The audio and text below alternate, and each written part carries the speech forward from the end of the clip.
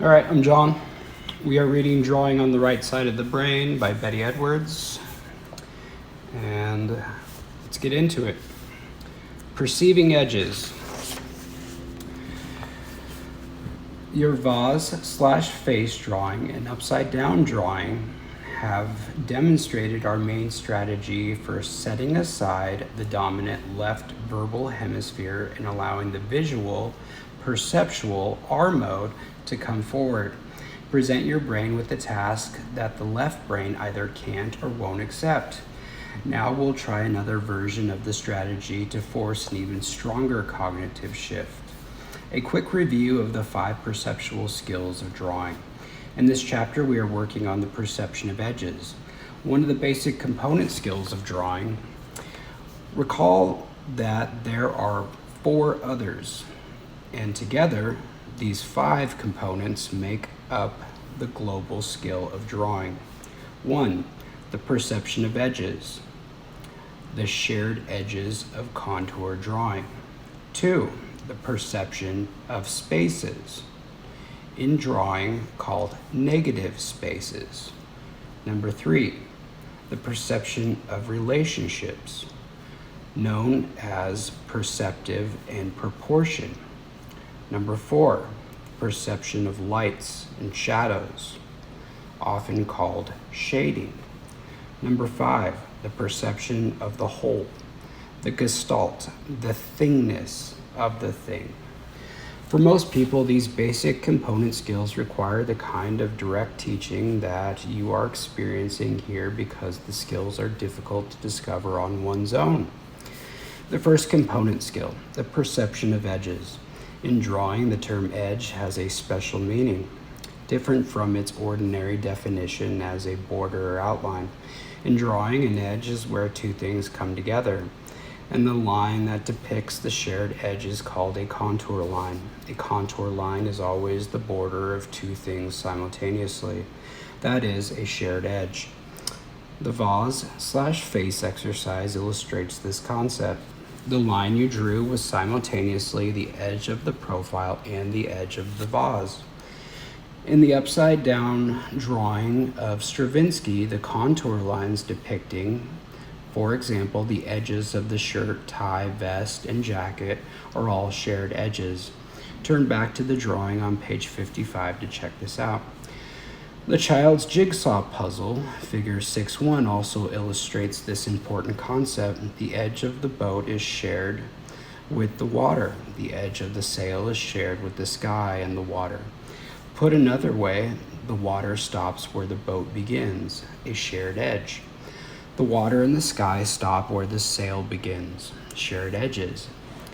If you draw one, you have also drawn the other. Note also that the outer edge of the puzzle, its frame or format, meaning the bounding edge of the composition, which is surprisingly important in all artworks, is also the outer edge of the sky shape, the land shapes, and the water shape. You will see the advantage of this concept in the chapter's exercises, but especially when we take up the second basic component skill of seeing and drawing negative spaces. Nicolaides contour drawing, and that's Nicolaides. Contour drawing introduces as a teaching method to the revered art teacher Nicolaides in his 1941 book, The Natural Way to Draw. Is still widely used by art teachers. The term contour means edge. Nicolaides recommended that students imagine that they were touching the edge of a form as they drew it, thus activating the sense of touch along with the sense of sight. This suggestion greatly helped his students see and draw, perhaps because it enhanced their focus on the particular edge that they were drawing and distracted them from symbolic drawing. Brilliantly, Nicolaides also insisted that his students keep their eyes on the subject of the drawing most of the time, not on the drawing itself. I use a variation of Nicolet's contour drawing method that is somewhat more drastic. I've called the method pure contour drawing, and your left hemisphere is probably not going to enjoy it. The exercise requires that you slow way down to see and draw everything, while never looking at the drawing, disliking the task because the perceptions are too meticulous, too slow, and, in left brain terms, boring and useless. The L mode soon drops out, allowing the R mode to come forward. In short, pure contour drawing is a task the left brain rejects. Again, just what we want. The paradox of the pure contour drawing exercise. For reasons that are still unclear, pure contour drawing is one of the key exercises in learning to draw, but it is a paradox. Pure contour drawing, which doesn't produce a good drawing in students' estimations, is the best exercise for effectively and efficiently enabling students to later achieve good drawing. In our 5-day classes, we have experimented with skipping this exercise, mainly because many students dislike it so much. Later in the course, however, we found that students did not progress as well or as quickly. Perhaps with this somewhat drastic exercise, the left brain understands that we are serious about this skill of drawing. Equally important, this is the exercise that revives childhood wonder and the sense of beauty found in ordinary things. Using pure contour drawing to see things differently. In my class, I demonstrate pure contour drawing, describing how to use the method as I draw, that is. If I can manage to keep talking an L mode function while I'm drawing, usually I start out all right, but begin trailing off in mid-sentence, losing language completely after a few minutes. By that time, however, my students have the idea. Following the demonstration, I show examples of previous students' pure contour drawings, such as those on pages 90 and 91. As you see, they do not depict whole hands, only complex wrinkles and creases in the palms of the hands.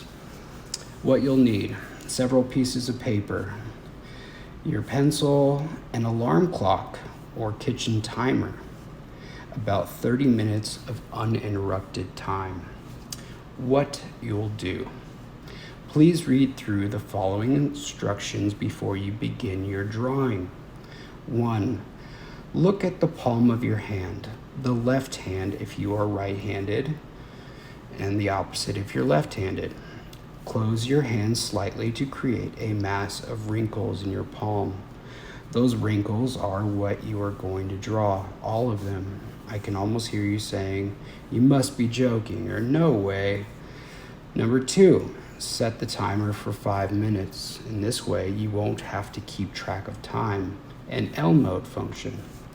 Sit in a comfortable position with your drawing hand on the drawing paper, holding the pencil and ready to draw. 4. Then face all the way around in the opposite direction, keeping your hand with the pencil on the drawing paper, and gaze at the palm of your other hand. Be sure to rest the posing hand on some support, the back of a chair or perhaps your knee, because you will be holding this rather awkward position for the allotted 5 minutes. Remember, once you start to draw, you will not turn to look at the drawing until the timer goes off. Gaze closely at a single wrinkle or crease in your palm. Place your pencil on the paper and begin to draw just that edge, where 2 bits of flesh come together to form an edge. As your eye tracks the direction of the edge very, very slowly, 1 millimeter at a time, your pencil will simultaneously record your perceptions as a very slow line. If the edge changes direction, so does your pencil. If the edge intersects with another edge, follow that new information slowly with your eyes, while your pencil simultaneously records every detail. An important point: your pencil can record only what you see, nothing more, nothing less. At the moment of seeing, your hand and pencil function like a seismograph, responding only to your actual perceptions. The temptation will be very strong to turn and look at the drawing. Resist the impulse. Don't do it. Keep your eye focused on your hand. Match the movement of the pencil exactly with your eye movement. One or the other may begin to speed up, but don't let that happen. You must record everything at the very instant that you see each point on the contour. Do not pause in the drawing, but continue at a very slow, even pace. At first, you may feel uneasy or uncomfortable. Some students even report sudden headaches or a sense of panic. This will quickly pass. Number 6. Do not turn around to see what the drawing looks like until your timer signals the end of 5 minutes. Most important, you must continue to draw it until the timer signals you to stop. If you experience painful objections from your verbal mode, what am I doing this for? This is really stupid. It won't even be a good drawing because I can't see what I'm doing, and so forth. Try your best to keep on drawing. In a minute or so, the protest from your left will fade out and your mind will become quiet. You will find yourself becoming fascinated with the wondrous complexity of what you are seeing, and you will feel that you could go deeper and deeper into the complexity. Allow this to happen. You have nothing to fear or be uneasy about. Your drawing will be a beautiful record of your deep perception. We are not concentrated about whether the drawing looks like a hand. In fact, it will not look like a hand. We want only the record of your perceptions of the creases in your palm. Number 9. Soon the mental chatter will cease and you will find yourself becoming intensely interested in the complexity of the edges you see in your palm and intensely aware of the beauty of the complex perception. When that change takes place, you will have shifted to the visual mode and you will be really drawing. Number 10, when the timer signals the allotted time, turn and see your drawing. After you have finished, look at your drawing. A tangled mass of pencil marks. Perhaps at first glance you will say, "What a mess." But look more closely and you will see that these marks are strangely beautiful. Of course, they do not represent the hand, only its details. And details within details. You have drawn complex edges from actual perceptions. These are not quick, abstract, symbolic representations of the wrinkles in your palm. They are painstakingly accurate,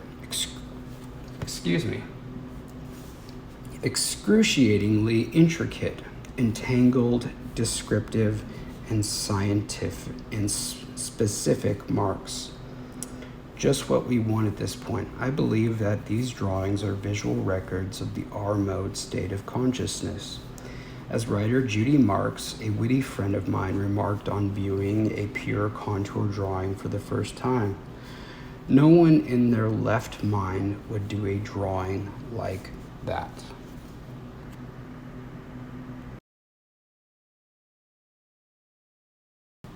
A possible explanation of the profound effect of pure contour drawing. Pure contour drawing may function as a mild sort of shock treatment for the brain, forcing both modes to do things differently.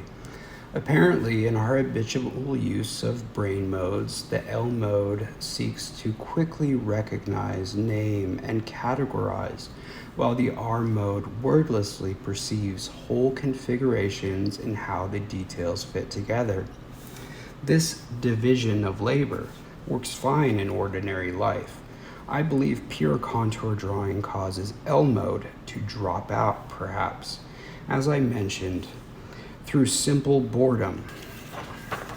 In parentheses, I've already named it. It's a wrinkle. I tell you, they're all alike. Why bother with all this looking?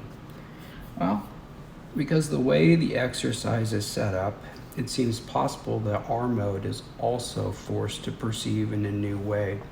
Each wrinkle, normally regarded as a detail, becomes a whole configuration made up of even smaller details. Then each detail of each wrinkle becomes a further whole, made up of even smaller parts, and so on, going deeper and deeper into ever-expanding complexity. There is some similarity, I believe, to the phenomenon of fractals, in which the whole patterns are constructed of smaller detailed whole patterns, which are constructed of even smaller detailed whole patterns. Whatever the actual reason may be, I can assure you that pure contour drawing will permanently change your ability to perceive. From this point onward, you will start to see things differently, and your skills in seeing and drawing will progress rapidly.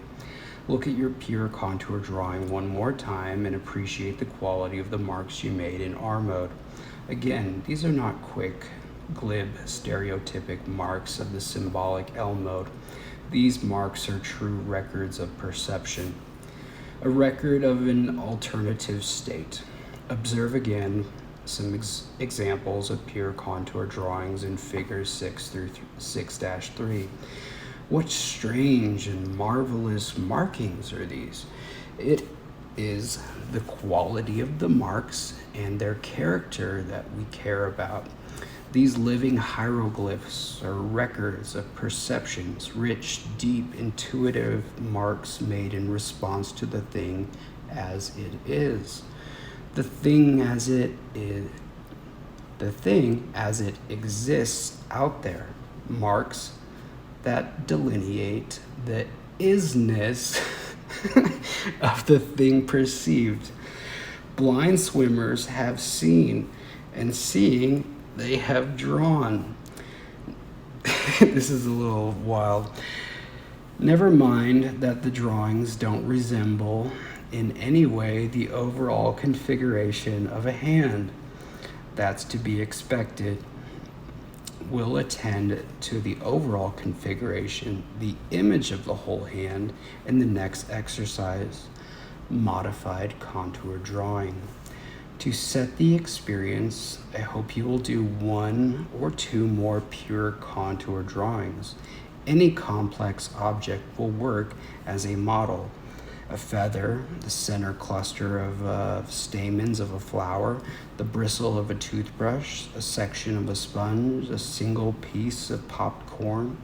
Once you have shifted to the R mode, the most ordinary things become inordinately beautiful and interesting. Can remember the sense of wonder you had as a child, poring over some tiny insect or dandelion. Modified contour drawing of your hand. In the next exercise, you will use your technical aids, your plastic picture plane, and your viewfinders to enable you to do a realistic drawing of your own hand. At first, real drawing depicting a 3-dimensional form. First step, drawing directly on the picture plane. What you'll need: your clear plastic picture plane, your non-permanent felt tip marker, your viewfinder and clips, your number 2 writing pencil sharpened, a slightly moistened tissue to use as an eraser. Please read through all the instructions before starting. I define and fully explain the picture plane later, but for now, you will simply be using it. Just follow the instructions. I realize that the instructions look long and tedious, but that is the nature of verbal instructions. They look long and tedious. If I could show you, we wouldn't need words. You will find that the actions I am asking you to take one by one are not difficult. And essentially the picture plane, you could just use an empty picture frame, preferably plastic instead of glass. All right, what you'll do, Rest your hand on a desk or table in front of you. The left hand if you're right-handed and the right hand if you're left-handed, with the fingers and thumb curved upward, pointing towards your face. See figure 6.4 for a possible position. This is a foreshortened view of your hand. Imagine now that you are about to draw that foreshortened form, not just the palm, but the whole hand. If you are like most of my beginning students, you would simply not know how to go about drawing this three-dimensional form with its parts moving towards you in space. Viewfinders and plastic picture plane will solve the problem. Try out each of the viewfinders to decide which size fits most comfortably over your hand, which you should still be holding in a foreshortened position with the fingers coming towards you. Men often need the larger, women the smaller. Choose one or the other. Clip the chosen viewfinder onto your clear plastic picture plane. Use your felt tip marker to draw a format line on the plastic picture plane, running the marker around the inside of the opening of the viewfinder. A format line forms the outer boundary of your drawing. So you're creating a frame. Now, holding your hand in the same foreshortened position as before, balance the viewfinder / plastic picture plane on the tips of your finger and thumb. Move it about a bit until the picture plane seems balanced comfortably. 6. Pick up your uncapped marking pen. Gaze at the hand under the plastic picture plane and close one eye. I explain in the next segment why it is necessary. For now, please just do it. Number 7, choose an edge to start your drawing. Any edge will do. With the marking pen, begin to draw slowly on the plastic picture plane. The edges of the shapes just as you see them. See figure 6.6.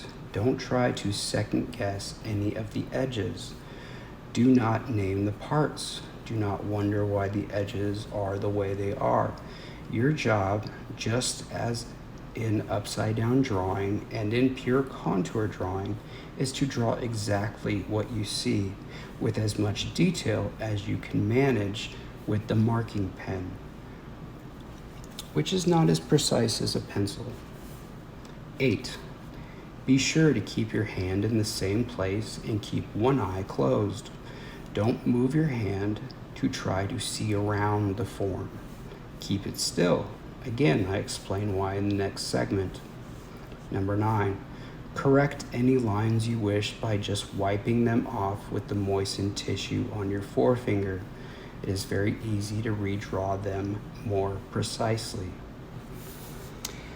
After you have finished, place the plastic picture plane on top of a plain sheet of paper so that you can clearly see what you have drawn. I can predict with confidence that you will be amazed. With relatively little effort, you have accomplished one of the truly difficult tasks in drawing the human hand in foreshortened view. Great artists in the past have practiced drawing hands over and over. See the example by Vincent van Gogh. How did you accomplish this so easily? The answer, of course, is that you did what a trained artist does. You copied what you saw on the picture plane. In this instance, an actual plastic plane. I fully define and explain the artist's imaginary picture plane in the next section. I have found that the explanation makes more sense after students have used the actual plastic plane itself. For further practice, I suggest you erase your felt tip pen drawing from the picture plane with a damp tissue and do several. Try for the really hard views. The more complicated, the better. Oddly, the flat hand is the hardest to draw. A complex position is actually easier and certainly more interesting to draw. Therefore, arrange your hand with the fingers curved, entwined, or crossed. Clench your fists, holding an eraser or other small object for each pose, including some foreshortening. Remember, the more you practice each of these exercises, the faster you will progress. Save your last or best drawing for the next step, as this will be a wonderful drawing of your hand. Let's pause here to answer an all-important question in terms of your understanding. Those non-judgmental. What is the link between realistic drawing and the picture plane? To reiterate a quick, short answer, realistic drawing is copying what you see on the picture plane. In the drawing you did just now, with one eye closed, removing binocular vision, you copied the image of your hand that you saw flattened on the plastic picture plane. But here's a more complete answer to the question. Realistic drawing is reproducing on a two-dimensional surface, usually paper, a perceived actual three-dimensional object. Still life, landscape, or figures. Incredibly prehistoric cave artists reproduced their remembered realistic images of animals on the stone walls of deep caves. But it wasn't until Greeks and Romans worked out ways of drawing three-dimensional forms that realistic art revived. The skill was lost again during the Dark Ages and until early 15th century Renaissance in Italy. Artists struggled with the problems of accurately drawing their perceptions. Then the great early Renaissance artist Filippo Brunelleschi worked out a way to portray linear perspective, and Leon Battista Alberti discovered that he could draw in perspective the cityscape beyond his window by drawing directly on a glass pane, the view he saw beyond the pane. Inspired by Alberti's 1435 book on perspective and painting, and also by Leonardo da Vinci's later writing on the subject, 16th century German artist Albrecht Dürer developed the picture plane concept further, building actual picture plane devices. Dürer's writings and drawings inspired Dutch artist Vincent van Gogh in the 19th century to construct his own perspective device, as he called it, when he was laboriously teaching himself to draw. Later on, after Van Gogh had mastered the concept of using the imaginary picture plane, he discarded his device. Just as you will. Note that Van Gogh's iron and wood device must have weighed 30 pounds or more. I can picture him in my mind's eye, laboriously dismantling the parts, tying them up and carrying the bundle, along with his painting materials on his long walk to the seashore. Unbundling and setting the device up, and then repeating the whole sequence to get home at night. This gives us some insight into how resolutely Van Gogh labored to improve his drawing skills. Another renowned artist, the 16th century Dutch master Hans Holbein, who had no need for help with his drawing, also used an actual picture plane. Art historians recently discovered that Holbein used a glass pane on which he directly drew images of his sitters in order to speed up the overwhelming number of portrait drawings required of him when he lived in the English court of Henry VIII. See figure 6.8. Art historians speculate that Holbein, one of the great draftsmen of art history, did this only to save time. The overworked artist could quickly sketch his model on a glass pane, then quickly transfer the drawing on glass to paper, work it up, and get on to the next portrait. Figure 6-9. The picture plane is an imaginary vertical surface. like a window through which you look at your subject. In this way, you copy your three-dimensional view of the world into your two-dimensional surface onto your drawing paper.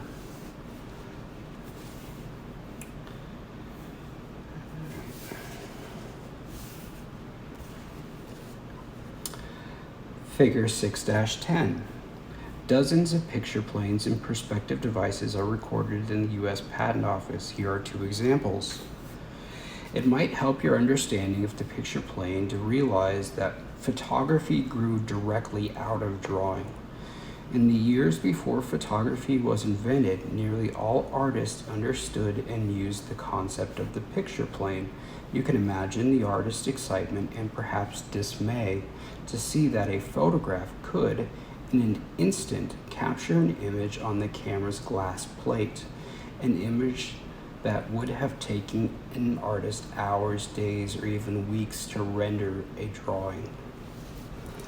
After photography became common in the mid-19th century and artists were no longer needed for realistic depiction, they began to explore other aspects of perception, such as capturing the fleeting quality of light in Impressionism. Gradually, the concept of the picture plane faded away. Dear Theo, in my last letter, you will have found a little sketch of that perspective frame I mentioned. I just came back from the blacksmith who made iron points for the sticks and iron corners for the frame. It consists of two long stakes. The frame can be attached to them either way with strong wooden pegs. So on the shore or in the meadow or in the field, one can look through it like a window. The artist's emphasis, the vertical lines and the horizontal lines of the frame and the diagonal lines, the intersection, or else the division in squares, certainly give a few pointers which help one make a solid drawing and which indicate the main lines and proportion of why and how the perspective causes an apparent change of direction in the lines and change of size in the planes and in the whole mass. Long and continuous practice with it enables one to draw quick as lightning, and once the drawing is done firmly, to paint quick as lighting too. And that is Letters, the Complete Letters of Vincent van Gogh. And figure 6-11 is Albrecht Dürer making a perspective drawing of a woman. Figure 6-12 is Vincent van Gogh's perspective device. Above, the artist using his device at the seashore from the Complete Letters of Vincent van Gogh, Greenwich, Connecticut. And I think that's a pretty good place to stop. We're at about 1,000 bars on GarageBand. So, we'll get back into this in the next episode. Thanks for sticking with me, and more to come.